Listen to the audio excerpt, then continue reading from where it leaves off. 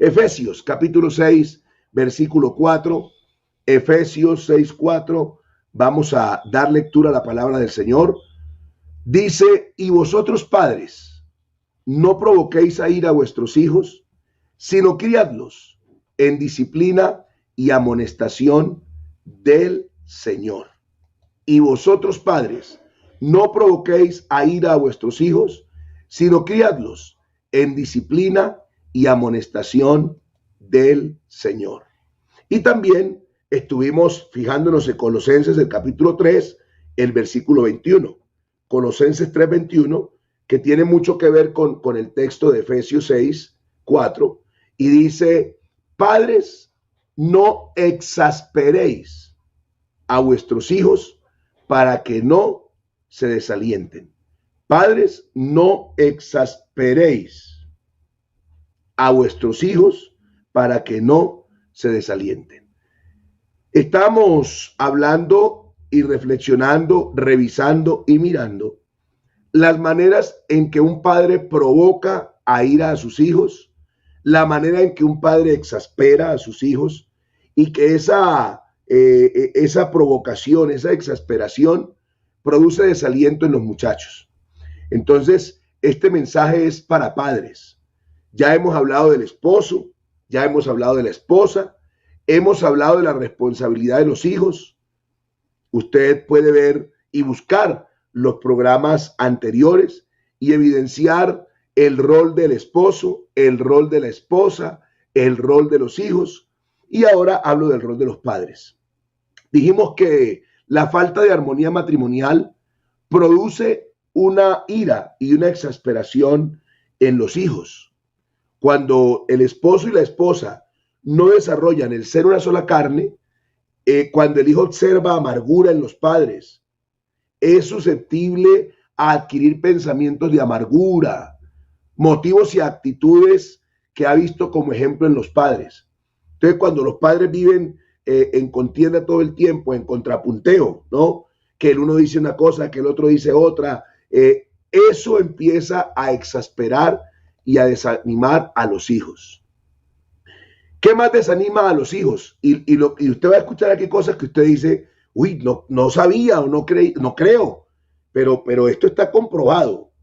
Vea, cuando usted establece y mantiene un hogar centrado en los niños, cuando hay un hogar centrado en los niños, cuando los padres no establecen un hogar que sea cristocéntrico, en donde cada miembro entienda su lugar bíblico en la familia y esté comprometido a agradar a Cristo antes que a sí mismo, los hijos son el enfoque principal o central en vez de Dios. Yo creo que todos amamos nuestros hijos. Creo yo que todos amamos nuestros hijos. Pero creo, y lo digo por mí, yo amo más a Dios que a mis hijos. Yo amo más a Dios que a mis hijos. Porque mis hijos son bendición de Dios. Mi esposa es bendición de Dios. Así que yo no amo más la bendición que al bendito, que al benefactor. Entonces, hay hogares que empiezan a tener problemas cuando los hijos descubren que ellos son el centro de ese hogar, que Dios tiene que esperar, que las cosas de Dios tienen que esperar, que si el niño dice, la niña dice, si los hijos dicen, entonces Dios que espere, porque primero están los hijos. Ahí el hogar empieza a tener problemas. Y ojo a lo que le voy a decir, usted dirá: pero no entiendo cómo eso puede exasperar a un hijo. No entiendo cómo eso puede provocar a ira. Porque en el momento en que el padre quite el lugar céntrico, central de su hijo, eso le va a provocar un problema a él o a ella. Cuando usted coge el niño y le hace entender que lo más importante es Dios, pero resulta que lo hace ya demasiado tarde. ¿Cómo así? Sí, es decir, lo hace cuando ya es un adolescente. Cuando ya usted ha declarado que el centro de su hogar es su hijo y le va a quitar ese trono, va a haber problemas. Así que el hogar debe ser siempre cristocéntrico. Tercero, imitando la ira pecaminosa. Imitando la ira pecaminosa. Niños que regularmente observan ejemplos de ira en la comunicación a menudo crecen sin haber tenido los recursos bíblicos necesarios con los cuales podrán resolver conflictos y problemas personales. ¿Cómo así? ¿Qué desalienta? ¿Qué exaspera? ¿Qué provoca ira? Que él trata de imitar lo que ve y lo que siente. Entonces hay una ira que es pecaminosa. Acuérdense que el apóstol Pablo advierte: airaos, pero no pequéis. Lo que indica que hay una ira que puede ser pecaminosa. Y aunque le suene chistoso, en algún momento podemos desarrollar aquí esos requisitos que tiene o que debe tener el servidor, el diácono, el que colabora en la iglesia. Unos requisitos que empiezan por: debe ser irreprensible, marido de una sola mujer, no dado al vino, no iracundo. Yo tengo en esa enseñanza que hay una ira a la que han catalogado la ira santa. Así la han llamado, la ira santa. Porque Jesús también se airó. Jesús se airó, pero no pecó.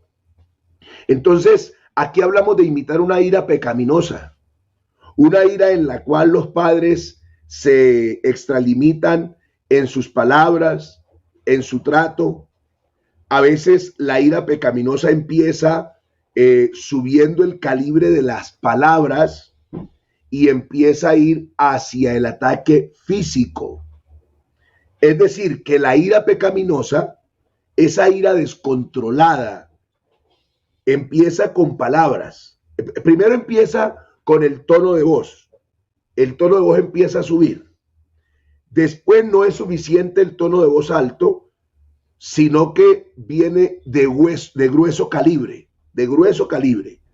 Entonces, ya además de gritar, ya hay palabras que empiezan a ser vulgaridades, que empiezan a ser maledicencias, que empiezan a ser blasfemias. Entonces, y no se queda ahí, la ira pecaminosa va más allá. Entonces, ya no solamente es el grito, sino la grosería, la mala palabra, y después de la mala palabra va el recurso de lo físico. Entonces empieza la ira pecaminosa a golpear la mesa, a pegarle a la pared, a empujar, a tratar de aparentemente desahogar su ira en algún elemento, en alguna cosa material. De allí pasa al otro humano, a la otra persona. Entonces ya él no quiere cachetear la pared, sino cachetear a su esposa, a sus hijos. Entonces va de un maltrato psicológico a un maltrato verbal, después a un maltrato físico, emocional. Entonces los niños aprenden de esa ira pecaminosa y la quieren imitar. Ellos ven que mamá grita por todo, ellos van a querer gritar por todo. Ellos ven que papá manotea, ellos van a querer manotear. Así que esos ejemplos de ira hacen que mi hijo se exaspere. Y ahí llega otro punto, hermano, esencial. Vea, ¿qué desalienta a un hijo? ¿Qué lo provoca a ira? Entonces, no sé si usted sea de los que toma nota, pero si toma nota, anote los puntos principales. La falta de armonía matrimonial. 2, el establecimiento y mantenimiento de un hogar centrado en los niños. 3, imitando la ira pecaminosa. 4, ojo a este que es fundamental, disciplinar bajo ira. Disciplinar bajo ira. Disciplinar con enojo puede ser percibido por su hijo como un ataque personal. El énfasis de su pensamiento y el de su disciplina a aplicarse debería ser en línea en lo que su niño ha hecho por pecar contra Dios, no en cómo la acción del niño le ha causado dolor. Le explico. Vea, una de las cosas que los padres deben evitar, oiga usted, papá, mamá, oiga usted, no discipline a sus hijos bajo ira. Absténgase de disciplinar a su hijo o a su hija estando airado. Absténgase de corregirlo, porque en la ira del hombre, no opera la justicia, la misericordia de Dios. Hermano, si tiene ira, no discipline, no corrija. Espere que sus emociones mengüen, bajen. Espere que su ira sea aplacada. Y cuando ya usted se haya sobrepuesto a la ira, entonces allí sí tendrá la oportunidad de corregir de la manera indicada. Porque si usted corrige airado, escuche lo que le voy a decir, hermana, hermano, su hijo no va a percibir amor, no va a percibir cariño, respeto, no va a percibir aprecio. Su hijo lo que va a percibir es un ataque personal. Va a percibir un maltrato, va a percibir un maltrato, una golpiza. Él no va a decir, uy, mi padre me disciplinó porque me ama. Va a decir, el hombre me atacó porque como sabe que soy indefenso o que estoy pequeño, pero espera y verá que crezca. Hermano, ¿cuántos hijos, cuántos niños no han soñado con ser adolescentes para defenderse? ¿Cuántos niños en la adolescencia, cuando entran en la adolescencia, empiezan a hacer flexiones de pecho, a levantar pesas, ¿ya? Y a tratar de ganar músculos y a tratar de verse fuertes? Le pegan a una bolsa o a un palo o a una pared y entrenan y practican. ¿Sabe con qué pensamiento? Con el pensamiento de que algún día tendrán que desquitarse de todas las golpizas que su padre o su madre le dieron. Esta mañana yo quiero llamar a la reflexión a cada padre y a cada madre. Vea, hermano, si solamente este punto le quedara a usted claro, suficiente. Mire cómo dice la palabra del Señor que hay que disciplinar a los hijos. Mire cómo el requerimiento de Dios no es en tu estilo, en tu forma. Es que a mí me criaron así, a garrote. No, yo quiero que revisemos. Vamos a revisar Efesios, el capítulo 6. Volvamos a Efesios, el capítulo 6, y echemos una miradita a cómo dice Dios que hay que criar a los hijos. El versículo 4, ahí está. Gracias, Aidito. Sino criadlos en disciplina. Hermano, mire que si hay que disciplinar, ¿se da cuenta? Sí, claro, hay que disciplinar. Pero quiero que notes lo que el apóstol nos quiere transmitir. En disciplina y amonestación ¿de quién? Léalo usted ahí, lo tiene en la pantalla. ¿De quién? En disciplina y amonestación del papá, de la mamá, del abuelo, del tío, del primo, del psicólogo, del psiquiatra, del terapeuta. No, en disciplina y amonestación del Señor. Escuche eso tan importante. ¿Cómo disciplino yo a mi hijo? En disciplina del Señor.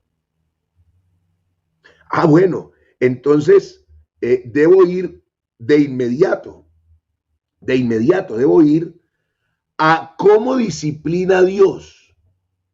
¿Con ira? ¿Dios disciplina lleno de ira, lleno de rabia? ¿O puedo sentir su rastro de amor y de misericordia aún en medio de la disciplina? Es que escucha el término, Dios a quien ama. Dios a quien ama. Por eso, dicho sea de paso, si Dios a ti no te disciplina, debes preocuparte. Ay, mire perdón, que le diga esto.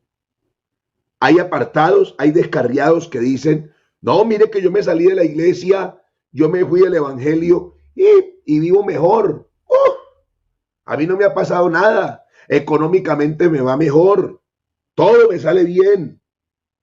No, yo estoy en mejor. Uy, yo te diría, entonces debes preocuparte mucho.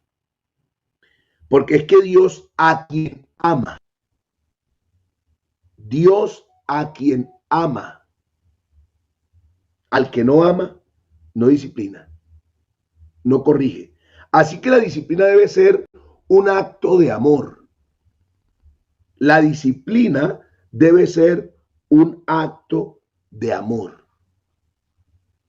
El hijo no puede sentir, vea, eso que muchos padres dicen, cero iba una, cero iban dos, cero iban tres.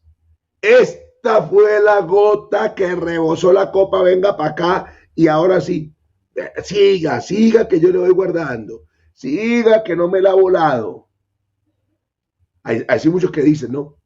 Espera y verá, me la está volando, espera y verá. Y después le dicen, venga que me la voló. Expresión coloquial, popular, en nuestros entornos, en nuestro contexto cultural, en algunas regiones del país, de Colombia, esa expresión me la voló. Quiere decir, me sacó de casillas, me airó al máximo, ya no le tengo más paciencia, estoy perdiendo los estribos, me la voló, me la sacó. Y cogen al muchacho o la muchacha y tenga por donde caiga y con lo que caiga. Si es la escoba, el palo de la escoba, si es el trapero, si es la tapa de la olla a presión, si es el cable de la plancha, si es la chancleta, el zapato, el puño, la patada, el codazo. Y pareciera que se desquitan. Vea, por eso yo invito hoy a un padre de familia, a una madre de familia, que haya cometido el error, que se haya equivocado, todavía puedes pedir perdón. Oh, hermano, ¿cómo se le ocurre? ¿Cómo se le ocurre? Vamos a rebajar, vamos a hablar de eso ahorita. Pero por ahora, yo le digo, si usted cometió el error por falta de enseñanza, por falta de conocimiento, por falta de ilustración, este texto siempre ha estado en la Biblia. No lo acabé de poner yo ahorita, este texto siempre ha estado. Pero no lo comprendimos. Y de verdad a veces no fuimos enseñados. Pero la enseñanza llega a tiempo. Si tú eres un abuelo que corregiste a tu hijo con garrote y de todo, hoy puedes hablar con tu hijo y decirle, hijo, perdóneme. Fue lo que yo creía y fue lo que yo pensé y pues fue lo que yo aprendí a dar garrote, pero perdóneme, hijo. Hoy recibí una enseñanza de que no debía hacerlo así y que eso te provocó a ira y que eso te exasperó. Y escucha el término de Colosenses, para que no se desalienten. La ira no debe provocar desaliento, la ira debe provocar deseo de cambio, ánimo para seguir adelante. Así que entonces téngalo en cuenta, no discipline bajo la ira. ¿Qué más exaspera a los hijos y los provoca ira? El ser regañón. Y vea, el término regañón me llama la atención porque es un término derivado del griego, que significa indignarse con enojo, regañadientes, el censurar rápidamente o protestar demostrando fuertes emociones sin control. Nunca es un método apropiado para entrenar y guiar a un niño. El regañón es ese papá o esa mamá que parece que el niño o la niña nada hiciera bien. Todo lo que el niño hace, el papá está ahí con un regaño. Que mire, que nadie eso, que mire, que recoja eso. Bueno, el niño recogió el desorden y de pronto no ubicó las cosas como eran. Pero mire cómo dejó eso. Eso que a veces llamamos nosotros cantaleta, que está dele y dele y dele y dele y dele. Hermano, eso exaspera, eso provoca ira, eso desalienta a los hijos. No seas un papá regañón, no seas una mamá regañona. Aprende a guiar, aprende a direccionar con amonestación del Señor. Fíjate que Dios no está encima de ti, dele y dele y dele y dele. Mira esa borrachera que se pegó en 1980. No. Dios, con cuerdas de amor, con su dulce palabra, te guía y te lleva a una mejor decisión de vida, a un mejor comportamiento. Entonces, los padres regañones exasperan, provocan a ira, desalientan a sus hijos. Regañón. Siguiente, ser inconsistente con la disciplina. ¿Qué significa eso?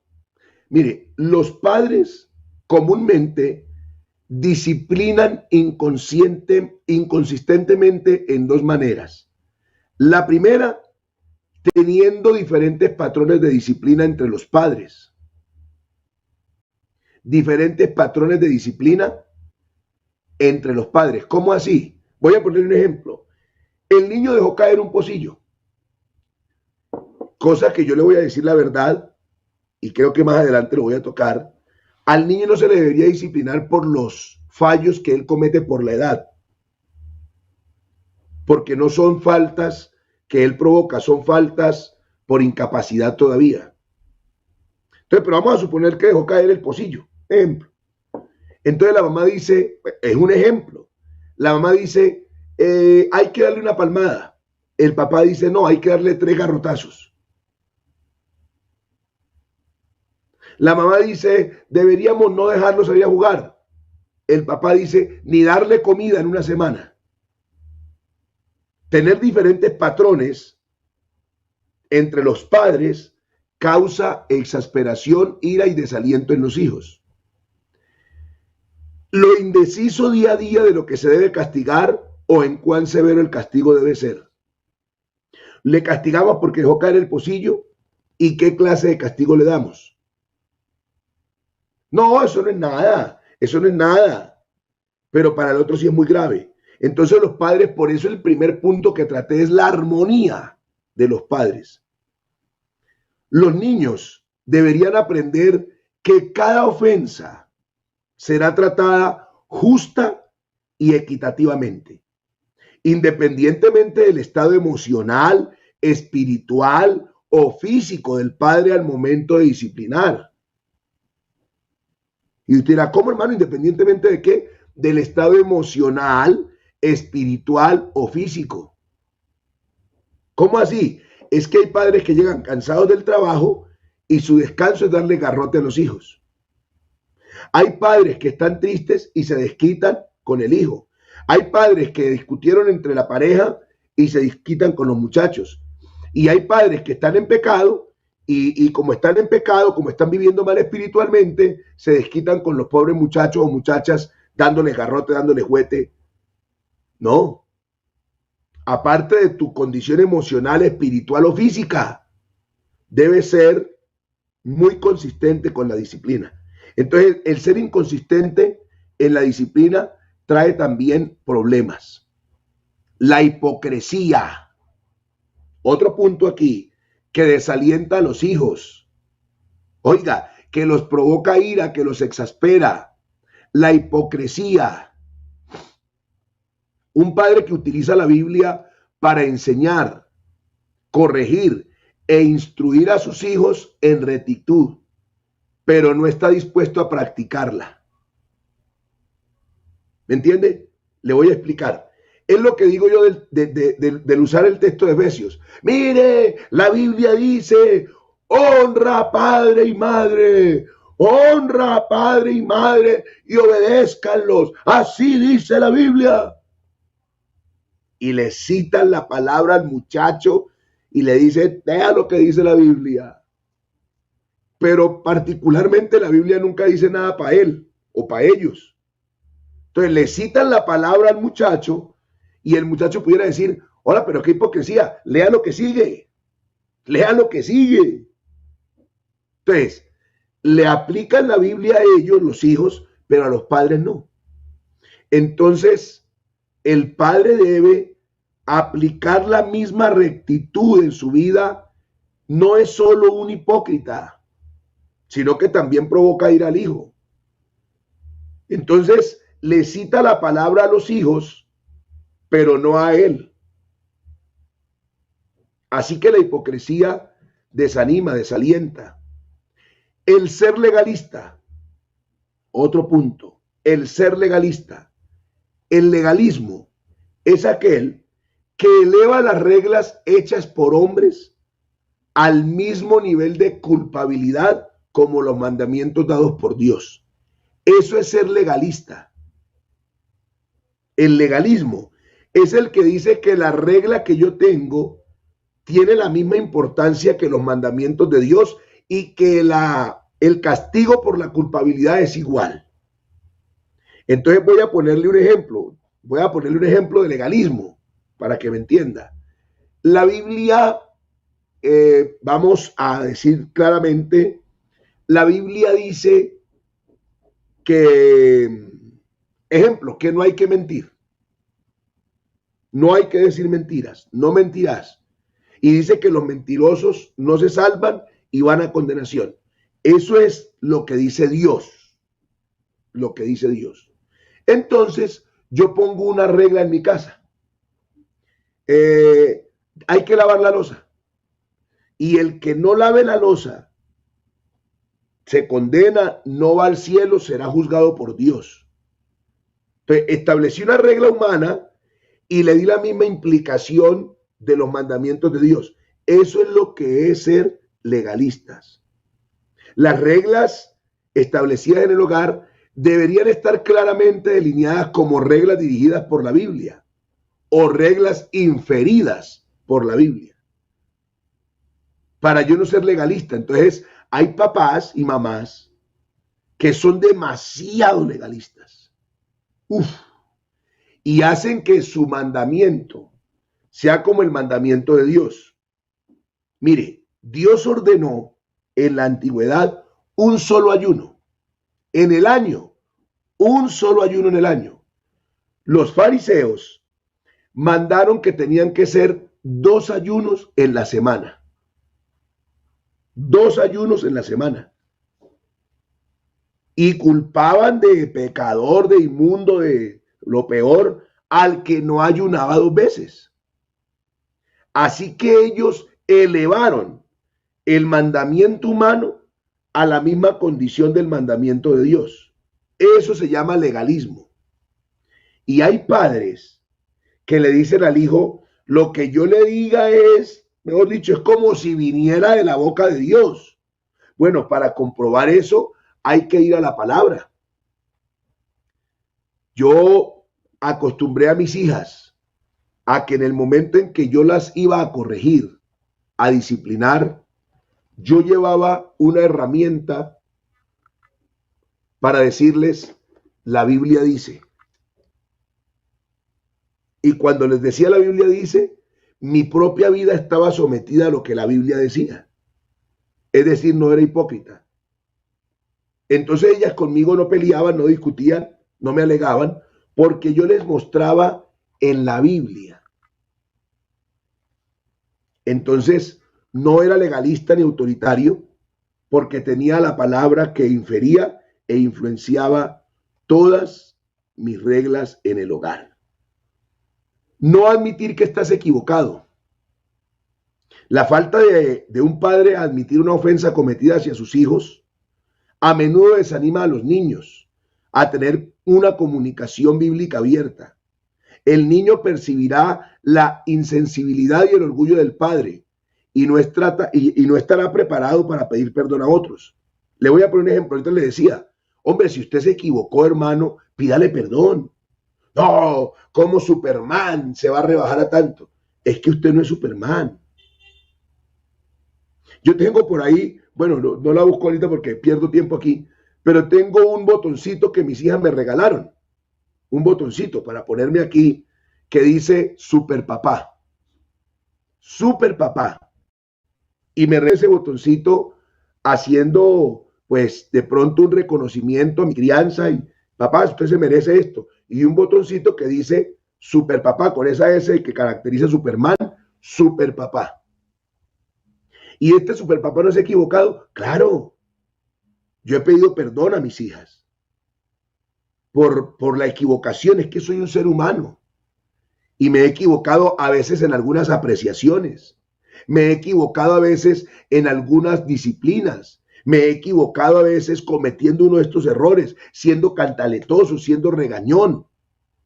Y he tenido que pedir perdón y aceptar que me he equivocado, que he hecho un juicio a priori, que no las escuché correctamente, que interpreté mal.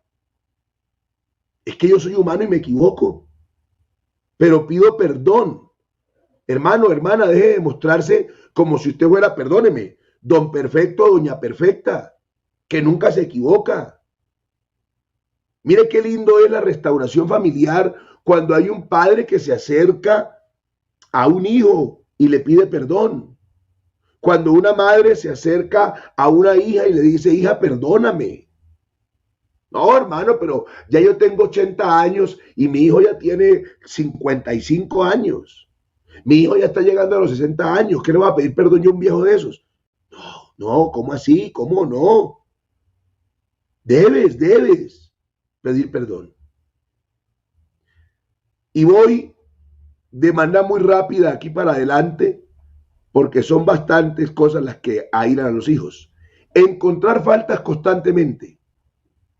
Una actitud de crítica y de condena acusadora, juzgadora, que está viendo en qué se equivoca el hijo, que camina despacio en puntillas, en las puntitas de los pies, y para sorprender a sus hijos haciendo lo malo. Yo nunca he sido un padre que quiere sorprender a sus hijas haciendo lo malo. Yo evidencio mi llegada a casa. Yo golpeo la puerta de su pieza. Niña, ¿se puede? Bueno, ya mi hija mayor salió de mi casa. Me queda la menor. Pero yo siempre trato de indicarle, voy para allá. Voy a verla. Ay, hermano, pero qué gracia eso, que esconda el celular o que deje de hacer lo que estaba haciendo. Es que yo no soy un padre que quiere sorprender en la embarrada a su hija. Yo soy un padre que no está pescando faltas constantemente para atacar. Yo soy un padre que quiere fortalecer, que quiere bendecir, que quiere ayudar, que quiere enseñar, que quiere instruir. Padres que invierten los papeles dados por Dios. Entonces el hijo no sabe quién manda en la casa, quién es la cabeza, si papá o si mamá. Eso produce problemas. No escuchando el punto de vista del niño, no lo dejan hablar. Y cuando trata de explicar, el papá anula. La comparación, el compararlos unos con otros. Ay, mire que el hijo de fulano, mire que el hijo del pastor, mire que el hijo del diácono, mire que el hijo del vecino, mire que la hija de fulano de tal, mire que la hija de no sé quién, mire que la hija, como la hija, uy, hermano, la comparación es definitivamente lo más terrible, lo más doloroso para unos hijos. Eso los desanima, eso los desalienta, porque es que cada persona es individual. No compare a sus hijos. Mire lo que dice la Biblia en 2 Corintios 10:12. Porque no nos atrevemos a contarnos ni a compararnos con algunos que se alaban a sí mismos, pero ellos, midiéndose a sí mismos por sí mismos y comparándose consigo mismos, no son juiciosos. Hermano, el compararse con otro o comparar al uno con el otro no es correcto, no es correcto. Y ahí se lo dejo en la Biblia para que lo tenga claro. No tener tiempo para hablar, eso desanima a los hijos, los desalienta. No alabar al hijo. Bueno, de esto le puedo hablar más adelante. De pronto, ya en otra charla, no, ni siquiera consecuente a esta. Pero es que los padres necesitan reconocer a menudo las buenas cosas que hacen sus hijos. No solamente esté listo para el regaño, para cuando la embarra. No, no. Y ese término lavar puede ser que en el futuro se lo aclare bien, pero es que usted no reconozca, su hijo se esforzó, ganó el año y nada, como si nada. Su hijo le ayudó a arreglar la casa como si nada. Ah, no, pero es que a él le toca. Puede que le toque. Pero hermano, acostúmbrese. Hermana, acostúmbrese. Vea, traigamos a nuestra familia estos buenos tratos. De cuando tu esposa hace algo, prepara el desayuno, dile, qué rico te quedó, gracias, mi amor. ¡Ey, qué sabrosa esta sopa! ¡Uy, qué rica esta carne frita! Hermano, pues una carne frita, ¿qué sabe? Pues a carne frita. Sí, sí, pero alabe a su esposa y dígale, qué rico te quedó esta carne. Hay un sabor especial, ¿qué le echaste? No, no, solamente la puse en el sartén con aceite y ya. Uy, pero la hiciste con mucho amor porque siento algo sabroso. Hijo, hija, gracias por esforzarte a ayudarme. Gracias por comportarte bien. Gracias por lo que haces por mí. Gracias por ser tan excelente. Gracias por obedecerme. Gracias por honrarme. Hermano, hay tantas cosas que nosotros no hacemos. Hay tantas cosas que cometemos, como corregirlos en presencia de otros, como dándoles mucha libertad o no dando la libertad suficiente, como burlándose, porque hay padres que se burlan de los hijos, abusando físicamente, poniéndole sobrenombres. Todo esto son cosas que provocan la ira, exasperan y desalientan. Ponerle sobrenombres, ay, el no sé qué, no sé cuá. Tener expectativas irreales del hijo. Demostrar favoritismo por uno de los hijos. Emplear métodos de entrenamiento inconsistentes con la palabra de Dios. Hermanos, vea, las etapas de la disciplina divina, y con esto concluyo, son instrucción, corrección y castigo. Eso es disciplina y amonestación del Señor. Hermano, ¿y cómo disciplina? ¿Cómo amonesta? Primero, instrucción. ¿Qué es instrucción? Adiestramiento continuo con enseñanza. Primero instruye, después corrige. ¿Y qué es corrección? Restauración de la conducta. Y por último, castiga.